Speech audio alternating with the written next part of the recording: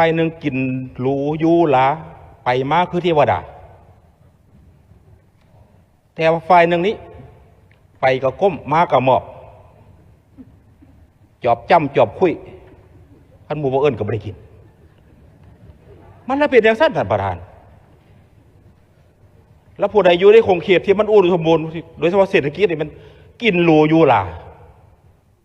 คุมเมื่อนี้คือกันเห็นกับตาประจักษ์ตาที่สุดเงินเดือนเจ้าเท่าใดรายรับครอบครัวเท่าใดลูกแม่เฮ็ดธุรกิจอีกอย่างมีหมดหูเบิดแต่ว่าการเพิ่มพูนคุณสร้างที่ครอบครัวนี่ห้างมีขึ้นก้าวกระโดดท้ายคนห้ามเดือน9เดือน10แต่ว่ากวดกาบ่ได้กวดเลยคันสิว่ากวดยางทั่วถึงคือคำขวัญของกวดกาว่านั้นเนาะกวดยางทั่วถึงเลิกซึ่งนี่นะโปร่งใสนี่นะแก้กับทันเวลานี่แห่งที่กวดพบร้ายเฮาเองที่เห็นงบประมาณแผ่นดินเสียหายหลายที่สุดแต่ว่าการเก็บกู้ขึ้นมานี่มันยากหลายเด้เพราะว่าพระบริเจ้าบุญธรรมพุทธวงศาสมาชิกสภาสังกัดเขตที่1นครหลวงจันทร์ขออนุญาตมีความเห็นนะซึ่งผ่านการรับฟังการรายงานขององค์การกวด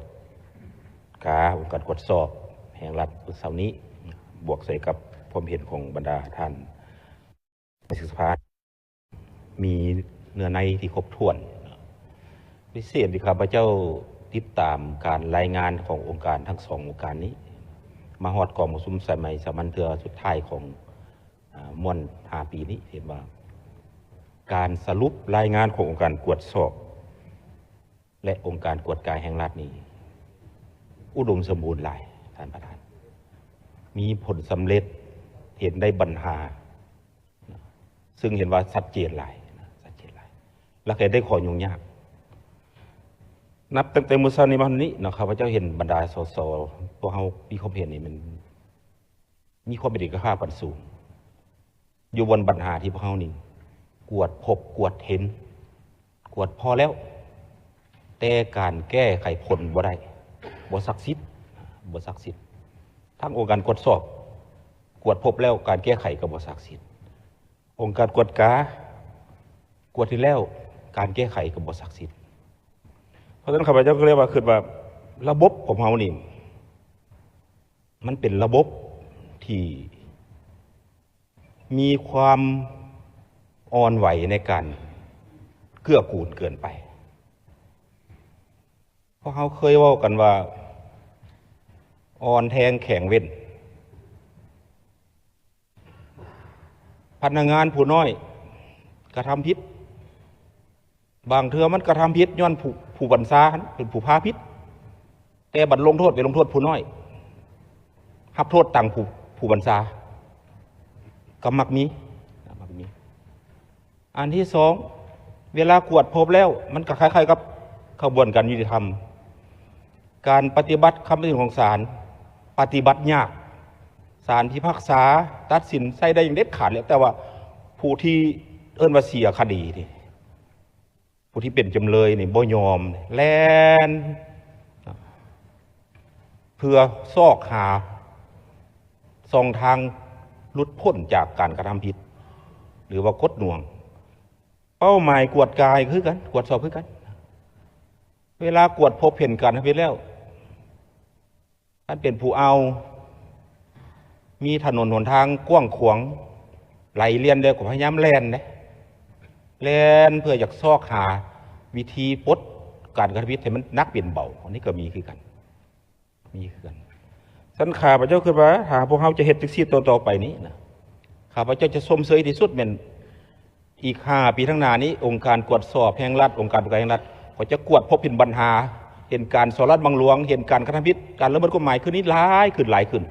พอขนาดว่า5 ปีนี้กวดมานี้ซุ่มกวดบางเป้าหมายที่เป็นบุรีมาซิดเขายังพบเห็นการสูญเสียงบประมาณแผ่นดินบักหลายแล้วดิคันสิว่ากวดยางทั่วถึงคือคำขวัญของกวดกาว่านั่นเนาะกวดยางทั่วถึงเลิกซึ่งนี่นะโปร่งใสนี่นะแก้กับทันเวลานี่แห่งที่กวดพบหลายเขาเองที่เห็นงบประมาณแผ่นดินเสียหายหลายที่สุดแต่ว่าการเก็บกู้ขึ้นมานี่มันยากหลายเด้เพราะว่าเขาบ่ได้อิงใส่กฎหมาย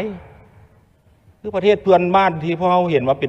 ป็นตัวแบบที่ดีที่สุดของเจ้านี่ก็ขออนุญาตกล่าวเนาะตำแหน่งสูงสุดของชาตินี่นะขณะบำนาญไปแล้วยังเอาขึ้นมาลงโทษได้เด้ แต่เฮานี่นะ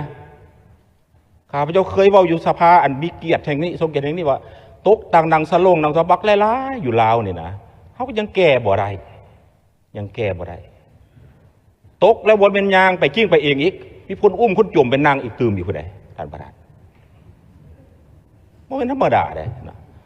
เมื่อกี้นี้ข้าพเจ้าได้ฟังท่านสมาชิกสภาแห่งชาติสสสวรรณเขตโอ้ข้าพเจ้าสมเสยได้พนักงานรัฐกรอยู่ในวงคณะญาติพ้องนี่ระบอบเดียวกันนี้มีพรรคนำพาเดียวนี้รัฐเดียวนี้แต่ว่าผู้อยู่คนละคงเขตนี่แตกต่างกันหลายฝ่ายหนึ่งกินหรูยูหลาไปมากคือเทวดาแต่ว่าฝ่ายหนึ่งนี้ไปก็ก้มมาก็หมอบจอบจ้ำจอบคุยท่านหมู่บ่เอิญก็ไม่ได้กินมันละเป็นอย่างสั้นท่านประธานแล้วผู้ใดอยู่ในคงเขตที่มันอุดมสมบูรณ์โดยเฉพาะเศรษฐกิจนี่มันกินหรูอยู่หลาคุมเมื่อนี้คือกันเห็นกับตาประจักษ์ตาที่สุดเงินเดือนเจ้าเท่าใดรายหับครอบครัวเท่าใดลูกในเหตุธุรกิจอีกอย่างมีมดหูเบิดแต่ว่าการเพิ่มพูนคุณสั่งที่ครอบครัวนี่ห้างมีขึ้นก้าวกระโดดให้คนห้ามเดือน9 เดือน10แต่ว่ากวดกล่าวบ่ได้กวดเลยพอวิผู้ฟ้องข้าพเจ้าคิดว่าการเฮ็ดเวียกของฝ่ายกวดกานี้กวดสอบนี้บ่จะเป็นต้องรอท่าให้มีการห้องฟ้องติดตามเบิ่งว่าพนักงานผู้ใดมีตำแหน่งระดับใดเขาหากมีผิดปกติเกินความสามารถของการซอกหาแบบสุจริตธรรมนี่ก็ไปกวดเบิ่งเนี่ยเฮือนหลังหนึ่งมูลค่า4 ตื้อ5 ตื้อเฮ็ดได้เนี่ยได้3 ปี 4 ปีเอามาแต่ใส่มาเฮ็ดรถบางเทื่อบ่ใส่ป้ายสีฟ้าไปใส่ป้ายเหลืองเนี่ยราคารถก็เป็นรถหรูอีกแต่ว่าพอเขาบ่กวดอยู่นั่นพอเขามาลงเล็งกวดแต่กรมกองนิติบุคคลแต่พอเขาบ่กวดบุคคลแจ้งทรัพย์สินก็แจ้งซื่อๆบ่เปิดเผยคันให้มันว่าขออนุญาตใส่คำศัพท์สากลว่าแฟร์นะเนาะนับตั้งแต่พุ่นแหละยอมสุดหรือฮอดต่ำสุดกวดเบิ้งแล้วก็แจ้งบางเบิ้งว่ามีดินจักเฮกตาร์ภูจักหน่วยรถจักคันเงินจักหลังเอามาให้สาธารณชนในหูน้ำเพราะเขาจะได้ช่วยติดตามกวดกาเวลานั้นบ่จะเป็นต้องให้พนักงานลงไปกวดก็ได้เขาเสนอมาอีกว่านี่เพิ่นมีเท่านั้นเท่านี้เด้อันนี้เขาจะคือว่าควรเบิ้งอันนี้เขาแจ้งไว้แล้วแจ้งเขาลินสักไว้ดิโอ้ยบ่ย่านเขาจะคือว่าต่อไปนี้เขาจะแก้ปัญหานี้ได้บ่มีอันอื่นใดหมดมีตั้งแต่เข้ารบและปฏิบัติกฎหมายบังคับใช้กฎหมายเข้มแข็งเท่านั้นพิษลงโทษพิษน้อยก็ศึกษาสังคมปฏิบัติตามขั้นตอนของกฎหมายแต่ว่าขั้นพิษหลายอีกเอามาให้ซื้อมันส่วนนี่ซวยโฆษณาภา